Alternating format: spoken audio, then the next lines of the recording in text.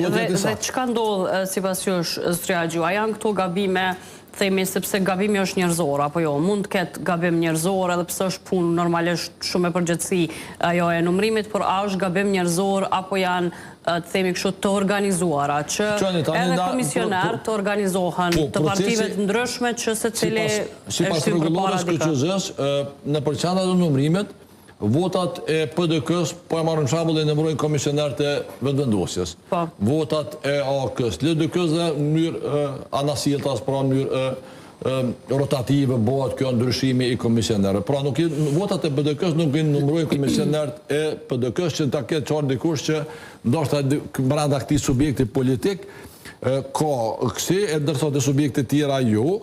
Pra, po e flasim këto që... Marrëveshjet i bëjnë...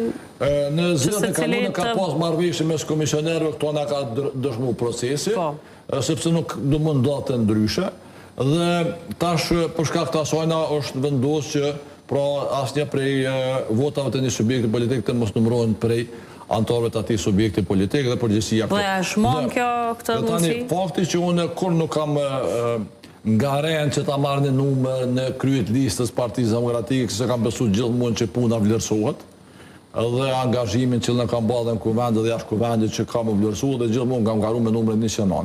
Tani me 10 kandidat, kjo po të regon që lodhja e numëruzve po na prodhon në gabime që nuk e pasqyrojnë rezultatin zgjedhor. Nuk po them që është e qëllimshme. Ndoshta në një rast ka dhe qëllimshme që mund qëllon ndaj komisioneri i vetëvendosjes i cili nuk ka ndaj preferencë për mua dhe qëllimisht nuk e lexon në fond.